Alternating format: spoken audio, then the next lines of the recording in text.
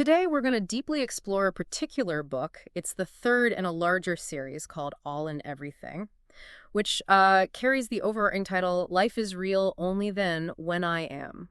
Right. What makes this part so interesting is that the author mentioned it was written using, well, entirely new ways of logical thinking. Absolutely.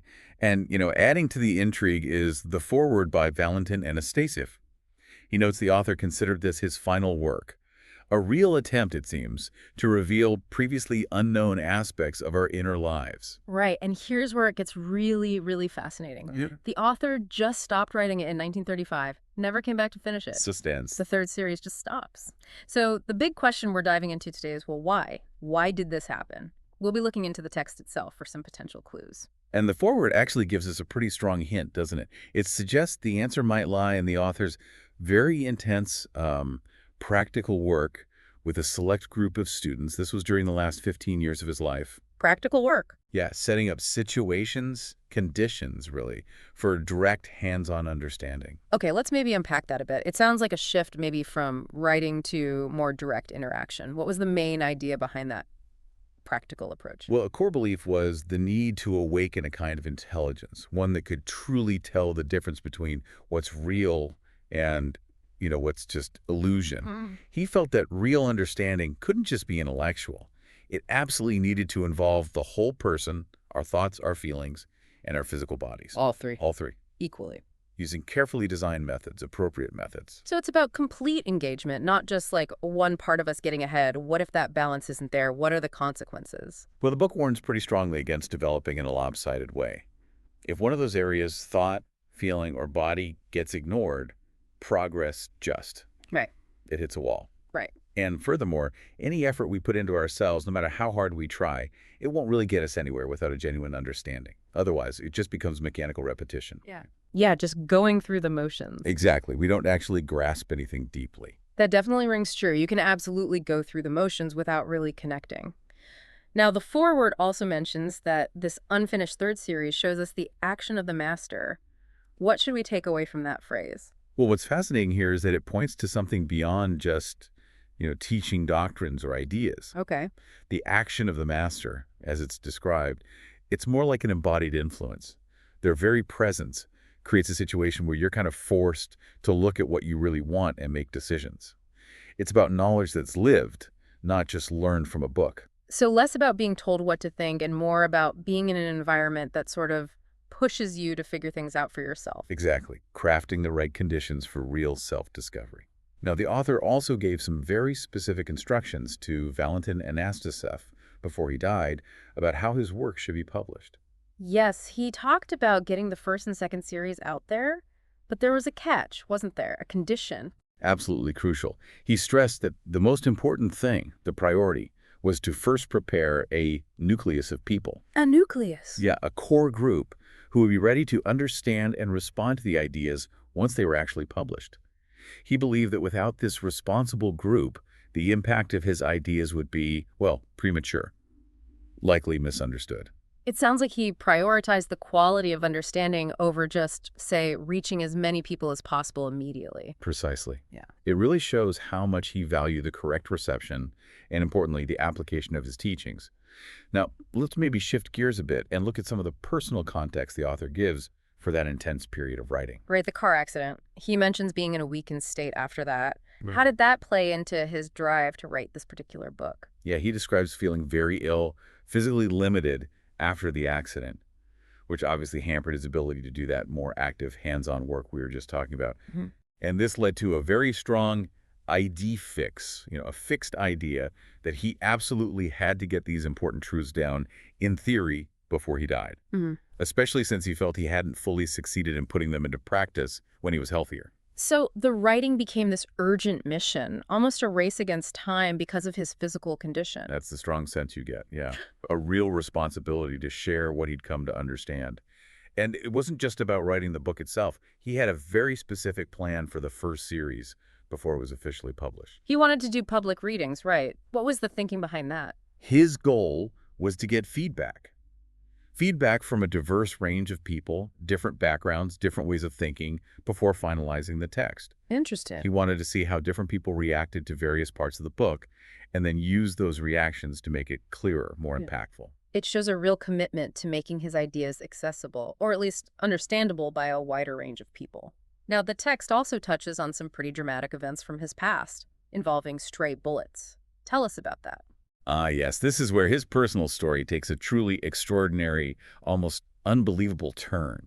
He recounts 3 separate times he was hit by stray bullets. 3 times. 3. Once in Crete in 1896, again in Tibet in 1902, and a third time in Transcaucasia in 1904. And he emphasizes the deep, lasting effects these incidents had on his physical well-being. It's quite something. 3 times. That's almost hard to process.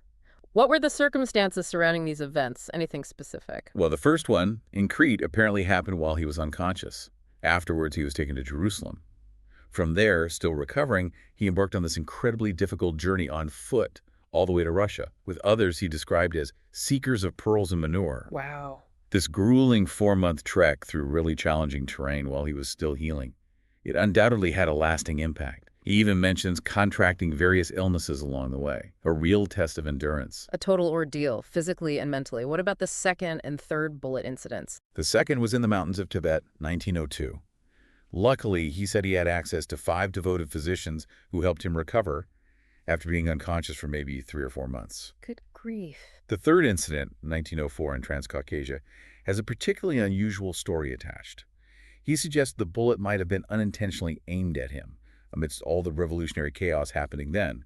He was rescued by a frail man who found a donkey, somehow got him onto it, and took him to a cave high up in the mountains. A cave? What? Isn't there something about mummified bodies nearby? Yes, exactly. In a nearby immense cave were the mummified remains of Kivsurian people, preserved by the high altitude. He spent 2 weeks in this life-or-death struggle in the adjacent cave before starting his recovery. Then he had to flee because of the ongoing civil war. It's just incredible. These experiences, this incredible physical suffering, they seem to have profoundly shaped his perspective. It's hard to imagine not being fundamentally changed by things like that. A key insight here is maybe his remarkable resilience and how these intense experiences might have fueled his search for deeper understanding. It's hard to wrap your head around going through all that and still pursuing this kind of life's work, like something out of an adventure novel. These near-death experiences, they seem to have sparked some really deep self-reflection, especially after the second bullet wound. Tell us about this idea of God within. Right. During his recovery in a remote spot after that second bullet, he describes this period of intense self-questioning, really intense reasoning, and a seemingly absurd idea came to him. Absurd how? Well, the thought was, if God is the God of the universe, then I must be a God of my inner world. He reasoned he must possess similar potentials, similar limitations, just on a different scale. Ah. So a key insight here is this radical notion of inherent potential, the idea that on a smaller scale we possess the same kind of creative and maybe destructive possibilities as the universe itself. It shifts the focus from some external deity to an internal responsibility for one's own inner world. So like a microcosm reflecting the macrocosm, that kind of idea. Precisely. He explored this analogy, even considering the idea of absolute goodness and questioning how something like, say, the devil could even come into being if God is all good. This realization seems to have been a really pivotal point in how he understood himself and his potential. Following these incredibly intense personal experiences, he made a significant decision about his life's work, didn't he? The Institute. Yes. In 1912, he decided to establish the Institute for the Harmonious Development of Man in Russia. His aim was, essentially, to prepare helper instructors. Helper instructors. People who could then share the truths he had learned with others, not just theoretically, but in a way that could practically impact their lives. So it was a move from personal discovery to actively trying to guide others on a similar path. But as we've heard, his life continued to be marked by, well, intense activity and significant setbacks. Indeed. The years that followed involved periods of intense psychophysical activity, more journeys in the Caucasus, organizational efforts in France after the Russian Revolution forced him out, and then that disruptive car accident when he got back from America. Right. This accident, as he describes it, led to significant emotional and physical suffering. It's almost as if he was constantly testing the limits of what a human being could endure. It sounds like he was constantly pushing himself, physically and mentally. And then came that critical moment in November 1927, a real turning point regarding his writings. What happened then? Well, by September that year, he'd come to a stark realization.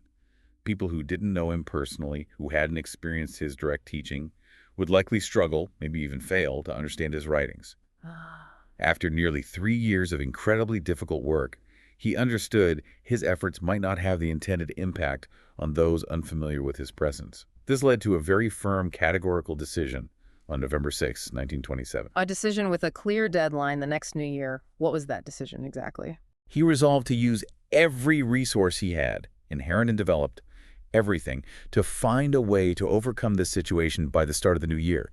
If he couldn't find a solution, Yes. his plan was to destroy all his writings on the very last day of the old year. Wow, that's a dramatic ultimatum. Really highlights the intensity of his conviction. Absolutely, in an incredibly high-stakes situation he set for himself. So what were the specific goals he pursued during this period, this intense decision-making time? He outlined 3 definite aims. First, to completely rewrite all his explanations in a new way, one he now understood would be more effective. Yeah. Second, to really delve into and clarify the details of some obscure questions about the common human psyche, using this deeper understanding to refine his writings.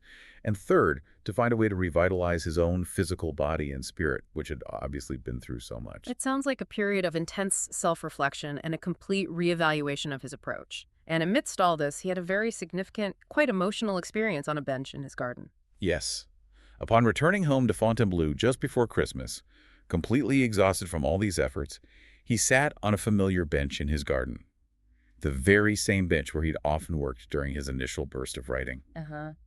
And this simple act triggered a powerful flood of memories of his mother and his wife, the 2 people he felt were closest to his inner being. He vividly remembered feeling their presence beside him and the profound sense of being touched he experienced when they were with him. Sounds like a deeply moving personal moment. It clearly was. And this recollection led to a profound insight about his ability to write so prolifically during those first 3 years. An insight. He realized that his incredible productivity, his capacity for work then, was directly linked to the degree of connection between his conscious mind and the suffering he felt unconsciously for his mother and wife. So his unconscious emotional pain was somehow fueling his conscious creative work. That's a really unexpected connection. Indeed. And he found it particularly perplexing because he'd always believed that achieving any meaningful goal required conscious effort, even conscious suffering. Right. Yet here, his suffering was unconscious, automatic, driven by this deep emotional bond. He couldn't reconcile this phenomenal output with his existing understanding of how self-work functioned. It really makes you think about the hidden drivers of our creativity, our motivation. It certainly raises fascinating questions about the role of our unconscious in our conscious endeavors. Now, amidst these personal struggles and insights, he also mentions a cosmic law that played a role in his decision about when and how to publish his work. Yes, he refers to the cosmic law Solio Nensius. Yeah. He encountered this law in an ancient Armenian manuscript, apparently, and its details became clearer to him through studying a map of pre-sand Egypt. Okay. And his understanding of this law led him to believe that the timing for publishing his writings was not yet right. It suggests there are larger forces or principles at play that need consideration. So it wasn't just about his own personal readiness or the preparedness of his followers, but also about some larger cosmic timing that he felt needed to align. That seems to be the implication. He did take some interim steps, though, to address obstacles hindering his work. Like that little booklet? Exactly. He wrote and distributed a small booklet titled The Herald of Coming Good as a specific way to tackle some serious obstacles he was facing. Interestingly, he advises those who haven't already read it not to do so. Which just makes you more curious, doesn't it? Right. Adds another layer of mystery. Following this, he took a rather unconventional step regarding his writing and his thought process. What was that? To further his aims, he deliberately stopped writing for an entire year and even tried to suppress any active thinking. Stop thinking. How do you even do that? He called it a barbarous measure.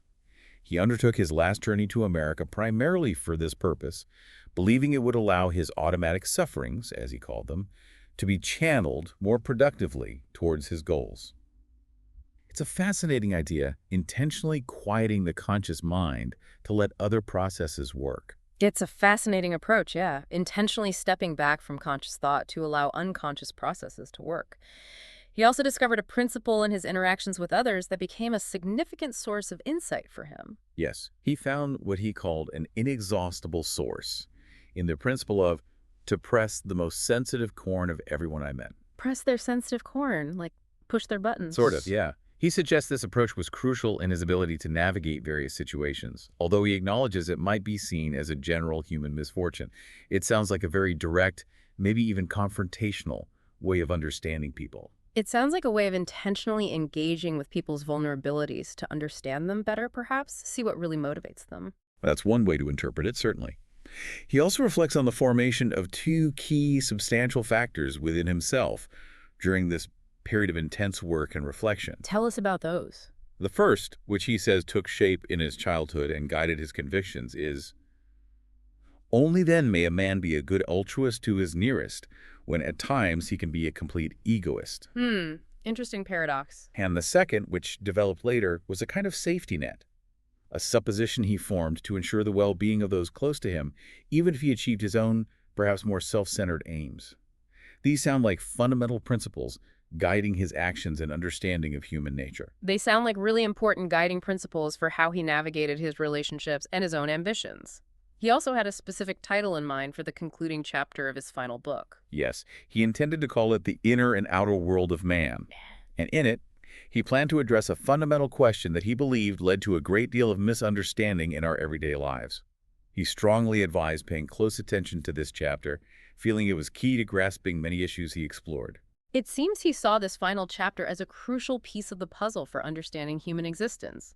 He also includes some well-known sayings in the introduction to the book. Right, he quotes several proverbs, focusing on themes like memory, conscience, and the idea that our future is shaped by our present actions. They serve as a kind of foundational wisdom for the more complex ideas that follow. Now, the text then moves on to his talks in New York. Why does he include these seemingly disparate talks in this series of books? It seems a bit of a jump. Well, he explains that publishing these 5 talks, along with the surrounding context, is intended to act as an automatically acting factor. Automatically acting factor. For the potential saving, as he puts it, of many people across Europe, Asia, and America from what he considered a state of total ruination. He saw these direct interactions with his followers as vital for conveying his message effectively and, crucially, addressing specific issues he had observed developing in them. So it was a direct engagement to fix problems he was seeing. He even mentions the phrase, consciously to equip myself with great nature. What's the origin and significance of that? He says this phrase arose almost spontaneously from his deepest beliefs, his intuitive understandings. It reflects a profound sense of responsibility towards something larger than himself, a sense of needing to fulfill some greater purpose, to sort of settle his accounts with nature, you could say. He then describes 2 key situations during his writing process that he feels are important for us to understand. The first involved deliberately avoiding meetings with certain people. Yes, right from the start of his intensive writing period, especially after the car accident, he consciously avoided meetings and in-depth conversations with those already familiar with his ideas Yeah. to protect his mental processes. He didn't want to be disrupted by abstract questions or the need to constantly adjust his explanations for different levels of understanding like he used to. He also managed his mail very selectively. It sounds like he was trying to create a kind of mental sanctuary for his work. Makes sense. Creating a focused, undisturbed mental space for incredibly demanding work. What was the second situation he highlights? The second is how this initial attitude, avoiding people, gradually became deeply ingrained. It became part of his automatic external life, even in the months leading up to finishing the first book of the 3rd series. It wasn't just a conscious choice anymore, but more of a default mode. Almost like a habit formed out of necessity, a way of navigating the world while his mind was so deeply absorbed. This period also led to a very peculiar, concerning observation among his followers. Yes, he noticed a puzzling phenomenon, first in Europe, then very strongly in New York. It triggered a physical reaction in him, a cold shivering, he called it. A cold shivering. Yeah. He felt it was significant enough that he needed to address it directly in his talks. From what we can gather, this something seemed to be a kind of stagnant or misdirected energy, a deviation from what he considered healthy inner development. He saw it as a sign their understanding was flawed or maybe superficial. This something, he observed, led him to that big meeting at Carnegie Hall in New York in 1930. What were his impressions there, and what did he do? He attended a general meeting with a large group of his American followers, many he'd met before, and he immediately noticed that same unsettling something in their faces, their expressions. Same thing he'd seen elsewhere. Yes, it reinforced his concerns about their real understanding and prompted him to make a categorical decision to take action for their benefit if, as he put it, it wasn't already too late. After some readings and greetings, he asked for the final chapter of the first series to be read aloud. Then he invited a small group, 4 or 5 individuals, plus Mr. S., who was filling in for Mr. Orridge, to meet him later. And this invitation wasn't just a casual chat, right? It had a specific underlying purpose. Exactly. He explicitly states he made this invitation with the premeditated purpose of indirectly sounding out these individuals about details related to his suspicions about the American followers and their grasp of his ideas. He was trying to get a clearer picture of what he saw as a growing problem. He expresses a very strong belief, though, in the power, the instructive quality of his writings, his expositions. Oh, absolutely. He believed his writings would be deeply, edifyingly instructive, Yeah. that they would automatically build essential data within individuals' data he felt were absolutely necessary for someone to become a truly developed human being, rather than just, mechanically reacting to things. He even shares that somewhat odd, humorous anecdote about eating German hors d'oeuvres just before this crucial American meeting. Yes, he mentions feeling quite fishy after eating these delicacies, right before the meeting where he had these strong, concerning observations. It's a small, almost comical detail that stands out amidst a very serious context, a reminder that even in moments of profound thought, mundane life goes on. Then came the actual meeting with the 5 Americans and Mr. S. What did he share with them about his observations? During that meeting, he elaborated on the strange peculiarity he'd observed taking root in the psyche of his followers. He discussed the potential consequences and then proposed a structured approach, organizing regular readings of his writings in dedicated spaces, even when he wasn't there, with his translator secretaries reading transcripts of his responses to their questions. Suggesting he was looking for a more controlled, consistent way for the ideas to be absorbed. That seems right. He also mentioned the need to address Mr. Orridge's influence over the group, if I recall correctly. Yes, that came up. He expressed regret, saying he would likely have to take steps during his time in New York to either completely disillusion some followers or at least lessen the strong faith they'd placed in Mr. Orridge and his authority over the years. This really indicates a growing concern about the direction the American group was taking under Orridge's leadership. This definitely sets the stage for his first talk delivered on November 28th, 1930. What was the primary focus and the tone of this initial address? He began by explaining the difficulty he faced, finding a way to explain his ideas that would resonate with what he called the abnormally great mentation, the way of thinking he observed in North Americans, aiming for a normal, impartial understanding of crucial aspects of their lives. Well, But he emphasizes his genuine desire to help this particular group because of their past kindness and the life-giving data of benevolence, as he put it, he developed towards them during challenging times. he also mentioned asking seemingly unrelated or, unfitting questions at the beginning of his talks. What was the purpose behind that somewhat unusual approach? He explained those seemingly out-of-place questions were actually necessary. They were needed to firmly establish indispensable notions within their mental apparatus, basically preparing them for the more in-depth information he intended to share later. He then outlined 2 fundamental aspects of the Institute's program he wanted them to become familiar with. What were those 2 key components of the Institute's program he highlighted in that first talk? The first was setting up intellectual clubs in various places as a way to gradually introduce essential information. He contrasted this sharply with typical clubs filled with known and famous people, whom he rather bluntly called moving sources of an evil radiation, Ouch. suggesting genuine intellectual growth needs a different kind of environment. The second point was dividing students into 3 independent groups, exoteric, mesoteric, and esoteric, based on their inner work progress. So a tiered system for learning and development. It sounds like a very deliberate, structured method for both sharing ideas and fostering real internal growth. He also touched upon the challenges in developing this program. Yes, he mentioned the constant internal conflict he experienced while developing it, and the necessity of seeking advice from a wide range of people, including folks known for exceptional longevity and even contemporary authorities who, in his view, were often filled with negative qualities. He also briefly touched on two psychic factors that formed and influenced his work during this development period. After the institute was established in France at the Prieuré, he began giving regular lectures to his students. Right. Once the facilities were set up, he started giving almost daily lectures. For the students who'd come with him from Russia, those who'd recently arrived in Europe, and others who joined during his travels. And a central practice he consistently emphasized in these lectures was the importance of self-observation. Absolutely critical. He stressed the necessity of consciously observing abnormal physical and psychological functions. He believed this was crucial for transforming intellectual understanding into deep, unwavering conviction, and for generating the energy needed for continued self-work, ultimately leading to the ability to remember oneself, a key concept in his teachings. The ultimate aim being something beyond our ordinary automatic way of living and reacting. Precisely. He contrasted this state with remaining a mere domestic animal that just reacts automatically. The goal was becoming a godlike creature through conscious effort. He also briefly mentioned opening temporary classes in New York. Yes, temporary classes in rhythmic movements and music. What was the long-term vision behind those classes in America? His intention was to transform these initial temporary classes into the first fundamental branch of the Institute in America. He planned to do this on a planned return visit 6 months later.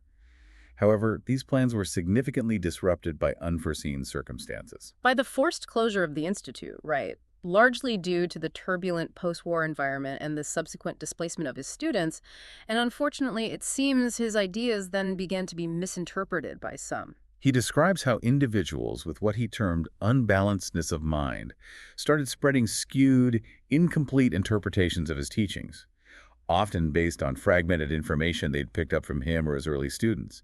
He even notes, rather ironically, that his own perspective almost ceased to annoy these individuals who mistakenly believed they understood his instructions fully. This leads us then to the second talk, which he specifically states is focused on his American followers.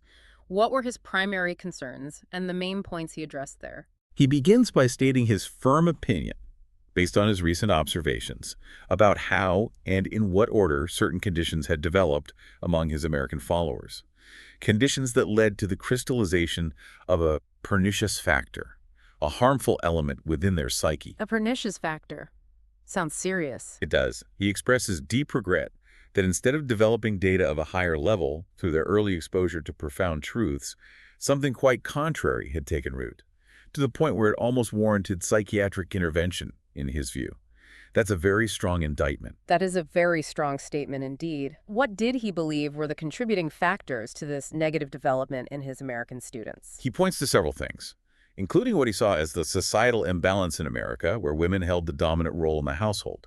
He also discusses sending Dr. Sterneval and Mr. Orridge to New York to prepare for a larger group's arrival, noting Orridge initially lacked English and needed an assistant. He then reveals that Orridge, the former English journalist, eventually became their chief leader in America. And Orridge apparently offered his services with considerable enthusiasm before the author's planned return. Yes, Orridge, who was present during a discussion about who could stay in America to continue the work, unexpectedly volunteered, enthusiastically declaring he could do it brilliantly. The author found him suitable, good English, presentable appearance, important for American business dealings, he thought. But it seems Orridge's path later took a different turn, alluded to by that mention of a left-shoulder angel. That's a metaphorical way, of indicating Orridge later came under a different, potentially negative influence that steered him away from the author's intended path. The author also explains how Orridge, hearing about his car accident, began collecting money, sending some to him. But crucially, Orridge also started leading the rhythmic movement classes without the author's direct consent or instruction. Ah, so that sets the stage for a significant divergence in how the work was being carried out in America versus his intentions. What was the original plan for the intellectual clubs in America? The initial plan was to establish branches of the main intellectual club, which was to be in France, within America, starting in New York with the existing group. However, the author experienced a shift in his thinking about the best timing for this. He decided to postpone the formal organization of these clubs, right? What became the primary focus of his time and interaction with the American group then? Yes, he postponed the club organization until the following year. Instead, he decided to concentrate fully on the personal reorganization of the existing group. His aim was to introduce specific principles that would accelerate the crystallization of essential data in some, making them worthy kernel-composing members, the core group, while others would recognize their lack of preparedness and, ideally, withdraw. So purification of the group. Essentially, yes, purifying the group of elements, hindering genuine progress. He even established 13 obligatory conditions potential members of this new reorganized group would have to meet. 13 conditions. 7 objective ones, applying universally, and 6 subjective ones, specifically for those already in the existing group. He stated the detailed explanation would only be given to those who formally agreed to and swore a special oath to fulfill the very first objective condition. He then dictated the exact text of this obligation, emphasizing the need for careful, profound reflection before signing, and he set a firm deadline. Those who signed by then would be informed about the first meeting of the new exoteric group. This brings us to the third talk. The tone seems to shift here, from broader observations to more direct, maybe even critical advice. He starts by calling previous meetings mere meetings for collective titillation. Yes, he starts by clearly stating his intention. Future meetings must be productive, yield tangible results. Unlike the previous gatherings, which he dismissively labeled unproductive meetings for collective titillation, he then directs specific advice towards the American group, explicitly acknowledging past mistakes and shortcomings. And the central piece of advice he gave them was pretty stark. Stop reading newspapers and magazines completely. Why? That seems extreme. His core advice was for each of them to entirely cease, for at least 3 months, the habit of reading newspapers and magazines, and instead dedicate that time to thoroughly familiarizing themselves with all 3 books of the first series, an objectively impartial criticism of the life of man. He believed this focused engagement with his core ideas was absolutely essential. He considered this deep acquaintance with the first series indispensable. What were his reasons for emphasizing it so strongly? He explained that a comprehensive understanding of these books was crucial for grasping the fundamental concepts underlying all future practical efforts. It was also necessary, he felt, for them to truly recognize the inherent absurdity of their ordinary everyday lives. He reiterated the primary aim: reorganizing the group into individuals genuinely striving to understand objective truth and manifest their potential in a truly godlike way. He also highlights the very comprehensive nature of that first series of his writings. Yes, he stated the first series, as a whole, addresses almost every question that might arise in contemporary human thought, presented logically, designed to encourage active thinking and the realization of the fleeting, insubstantial nature of their former understandings. He indicated their current discussions should be seen as a direct continuation of themes from the final chapter of the third book, from the author. And in that particular chapter, he introduces the concept of the 2 streams of the river of life. Can you briefly summarize that key concept for us? Essentially, he describes how, upon reaching a certain age of responsibility, humans, due to abnormal upbringing and education, tend to acquire a common orientation, aligning them with a stream leading towards what he metaphorically calls the nether regions. Downstream, basically. Right. He emphasizes the general human tendency to remain passive, just submit to the pull of this downward flow. However, he also mentions the possibility, according to a Central Asian school of thought, of consciously crossing from this involutionary stream to an evolutionary one, suggesting potential for upward development. But making that crucial crossing isn't just a simple decision, is it? It requires very specific conditions. Absolutely. He states that for someone already caught in the nether region stream, a complex, often difficult preparation process is required to achieve what he calls immutable peace. He then stresses the indispensable first condition for truly attaining one's own individuality, the unquestionable possession of a real I. This necessitates consciously crystallizing 7 specific data inherent only in humans in accordance with the sacred Heptaparapparshinok. He touches upon these 7 essential data briefly, noting translation challenges into English. He specifically highlights 3, can, wish, and the third defined as the entire sensing of the whole of oneself. Yes, he explains this third impulse, this complete feeling of one's own being, is the most significant. Its connection with can and wish almost forms the very essence they're striving for. He mentions complex, specific exercises designed to help develop these crucial impulses. He then briefly discusses how our attention is often automatically fragmented by external conditions and internal forces, leading into a specific exercise for cultivating more unified self-awareness. The exercise of finger awareness, I think we touched on earlier. Correct. The exercise involved directing one part of your attention to sensing in one finger, another part to feeling in a different finger, and the third part to consciously counting the automatic movements of a third finger. He emphasizes the critical importance of being ruthlessly honest with oneself about weaknesses during this exercise, as it lays fundamental groundwork for subsequent normal living and future human potential. He reiterates the ultimate goal: becoming someone who can consciously generate these three fundamental impulses within themselves, becoming, in essence, a godlike creature. This leads us to the fourth talk, where he begins describing the events after he announced the obligation and set the signing deadline. Sounds like there was quite a reaction, some division within the group. Oh yes. After the announcement and deadline, the group became quite divided. Extensive discussions, arguments, stretching late into the night, both privately and publicly. These intense exchanges continued the next day, involving even those not present at the initial meeting. During this period of intense discussion, Mr. Orridge made a request about using the group for the author's material affairs.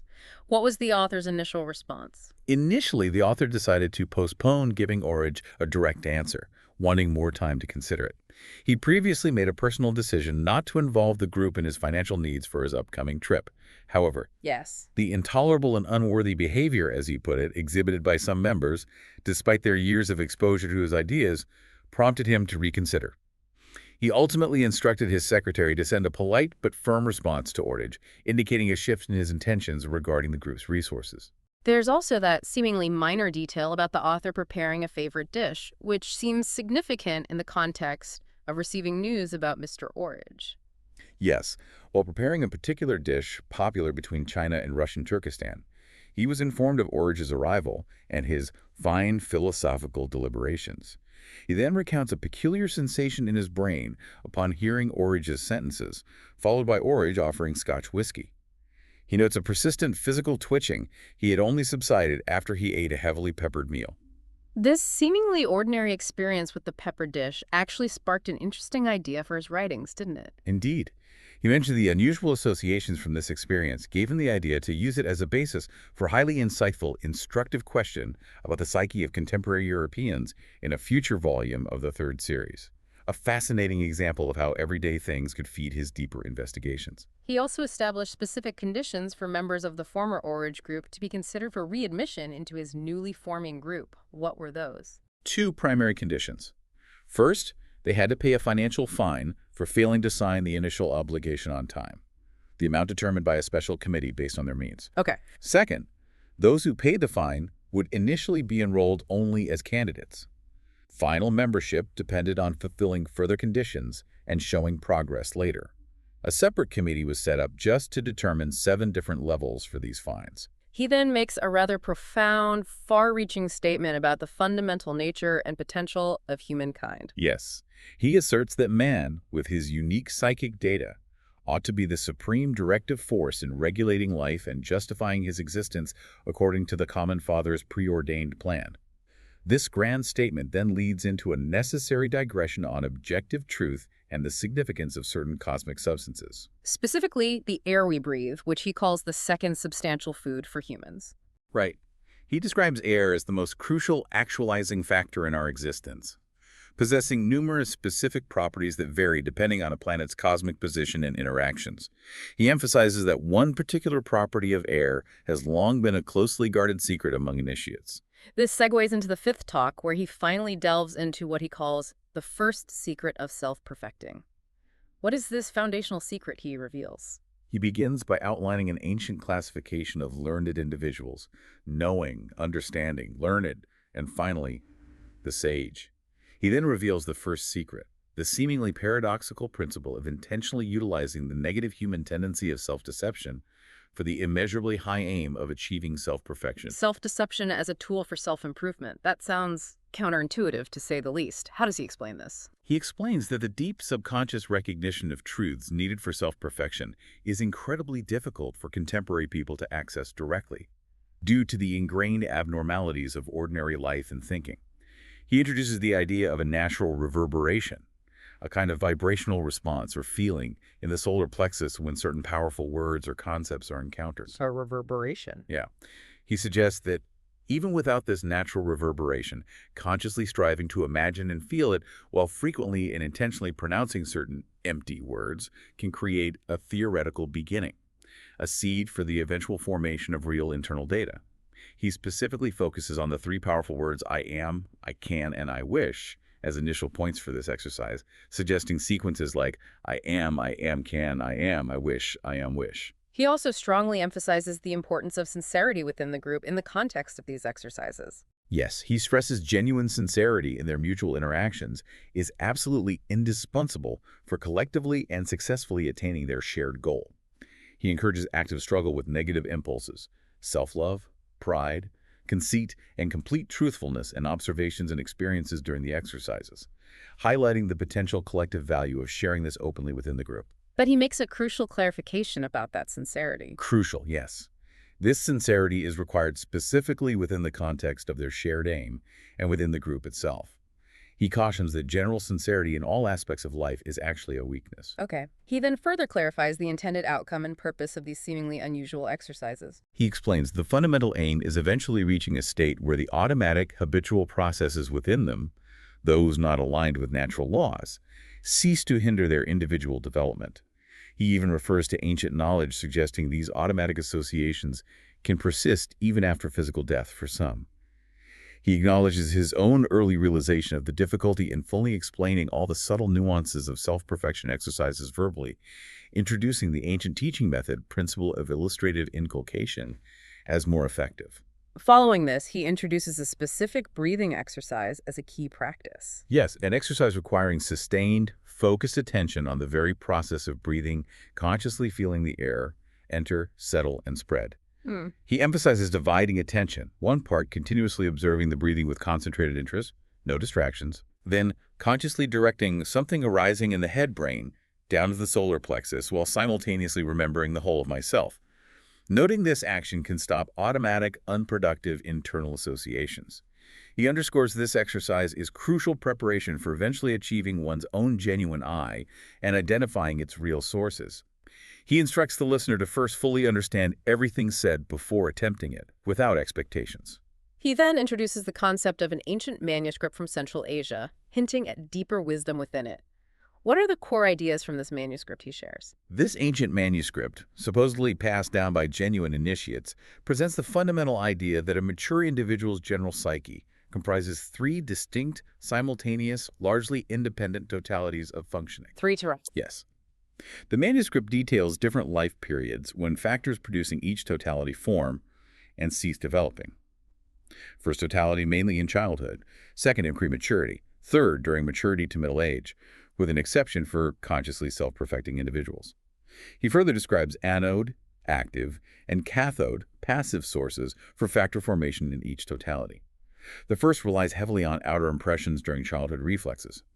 The second on intentionally implanted outer impressions and those resonating with pre-existing ones. The third, most conscious, on deliberately confronting and integrating inner and outer impressions. He also mentions an ancient hypothesis concerning the blending of different types of associations within a person. Yes, an ancient hypothesis proposing that the degree to which three fundamental kinds of associations, thought, feeling, and mechanical instinct blend within an individual, significantly influences their overall quality and nature. He explains the outputs of three key sources. Brain, spinal column, entire organism participate in all three association types, transforming cosmic vivifyingness, a kind of life-giving energy. He even interjects a brief humorous remark about ancient scientists lacking electrical machines. He then shares a personal experience of unusually productive mental activity, followed by some unexpected and significant news. He describes a peculiar state of remarkably enhanced mental clarity, writing 15 full pages without corrections, despite consciously trying not to engage in active thought. He attributes this unusual burst to perhaps involuntary, almost automatic consideration of how to begin the final book of the third series. It was during this period of intense yet effortless work that he received an unexpected telephone call announcing Mr. Orridge's death earlier that morning. That must have been a profound shock, especially given their complex relationship. What was his immediate reaction and what followed? He describes initial disbelief, quickly followed by a simultaneous flood of recollections of specific events connected to that day and Orage. Despite the news, he woke his secretary and dictated a formal response without allowing overt emotional sentiment to influence his words. He acknowledges Orage's considerable importance as a key figure disseminating his ideas in North America. He then recalls advising Orage to intentionally regulate his health through conscious suffering, tailored to him, but notes the reasons Orage's application failed are explained in Orage's own writings in a chapter of the third series. Mr. Orge's passing had a noticeable impact on his ability to continue his own writing, didn't it? Yes, quite clearly. He states he was unable to write for 2 months following Orage's death. He attributes this unexpected inability to the sudden pervasive awakening of a kind of mechanical sympathy in contemporary people, particularly Americans. Mechanical sympathy. He describes an overwhelming influx of expressions of sympathy from people known and unknown, significantly disrupting his concentration and work. He'd originally planned to visit follower groups while writing the final book to facilitate dissemination of the first series. However, his subsequent travels to Washington, Boston, Chicago were met with the same disruptive sympathy expressions. He seemed to have a rather critical perspective on this widespread outpouring of sympathy. He found it quite perplexing, even absurd, especially sympathy from acquaintances in distant southern states who'd never even met Orage. He identifies this automatic tendency to express sympathy as an unexpectedly ingrained weakness in the modern psyche, one that actively hindered his own crucial being task. He suggests his remarks on sympathy at a meeting after Orage's death could clarify this phenomenon. He explains these expressions were often purely mechanical, lacking genuine feeling or understanding of the recipient's true state. He attributes it to a childhood habit, like being taught which foot to move. He questions the need for such insincerity, especially when it offers no personal benefit, acknowledging its pervasiveness due to abnormal social customs. He reiterates his belief that unfeeling sympathy expression at death is a harmful childhood habit, leading to automatic actions. He even contrasts this modern tendency with ancient customs surrounding death and mourning. Right. He describes ancient customs, a neutral 3 days solitude with priests, then gatherings for 3 days recalling only the departed's bad deeds, washing the bone of the dead down to the white of the ivory, followed by 7 evenings of silent contemplation of one's own mortality, guided by a leader intoning a refrain reminding everyone of the deceased's unworthiness to die. He leaves it to the listener to consider the potential benefits of such seemingly savage customs. He even uses an analogy comparing modern sympathy's effect on him to American products on the English digestive system, suggesting fundamental incompatibility. He expresses a deep wish that instead of empty words, people would truly contemplate their own mortality when confronted with death. He then includes a poetic interlude defining the soul. A poem beautifully encapsulating his understanding of the soul residue of education, determiner of personality, linked to the creator, fundamentally tied to I am. He then returns to his ongoing struggle with the initial part of that final chapter. He describes continued difficulty writing the beginning on April 10th and 11th, encountering renewed writer's block, specifically at the phrase, problem of the prolongation of human life. He persisted through the night of April 13th into early Sunday, April 14th. But overwhelming thoughts made sleep impossible, leading him to realize an introductory theme on life prolongation was essential. This sleeplessness and intense mental activity led to an early morning walk and a rather remarkable synchronistic discovery. Yes, that Sunday morning, unable to rest, he walked early and bought a newspaper. Inside, he found an article, The Problem of Old Age, by P. Mann, published that very day, April 14, 1935, in Ruski Golos. It directly addressed the exact question, prolongation of life, that had preoccupied him and caused his writer's block for 3 days. He was understandably enthusiastic, amazed to find this article contained almost everything he felt was necessary for his introduction. He then summarizes Metchnikoff's theory on premature aging. Briefly outlines Metchnikoff's theory. Premature aging results from chronic poisoning by decaying intestinal bacteria, advocating sour milk as a remedy, attributing his own longevity to it.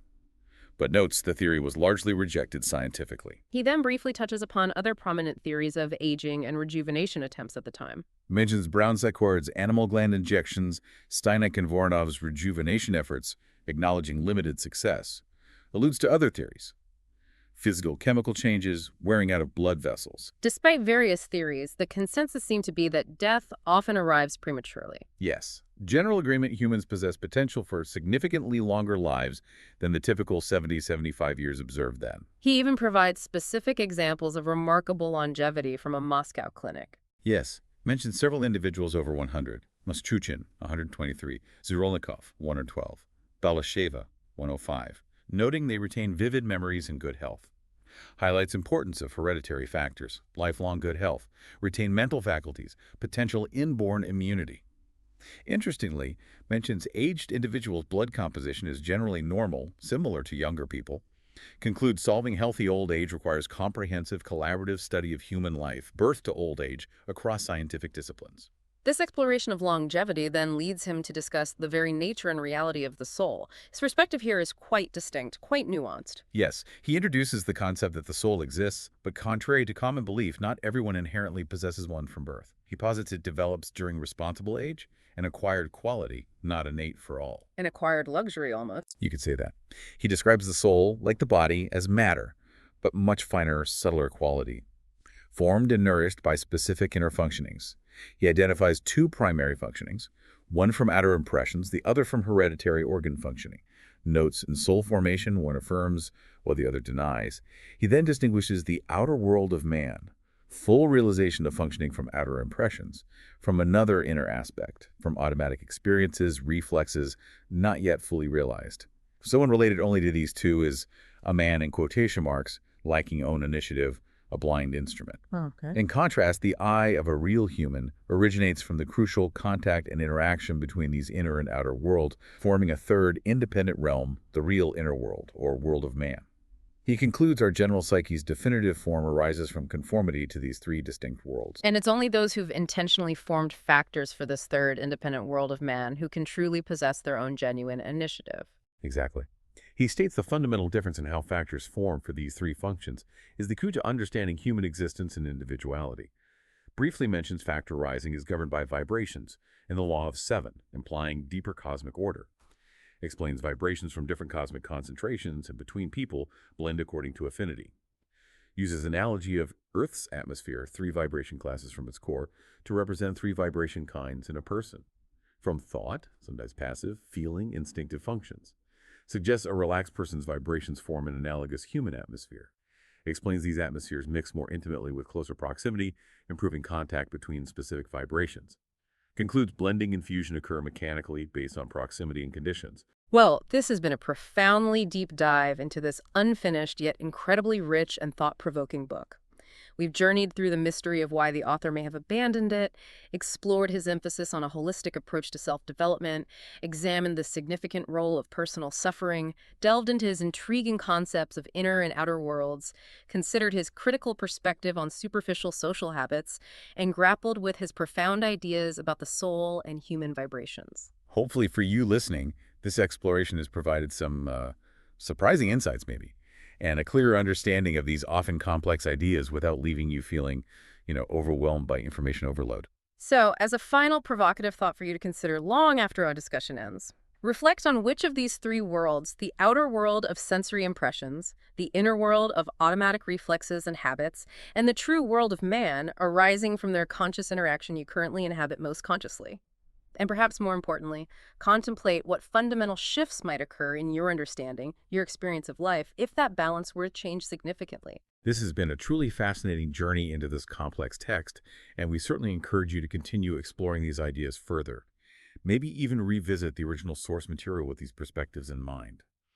As always, your questions and further explorations are most welcome.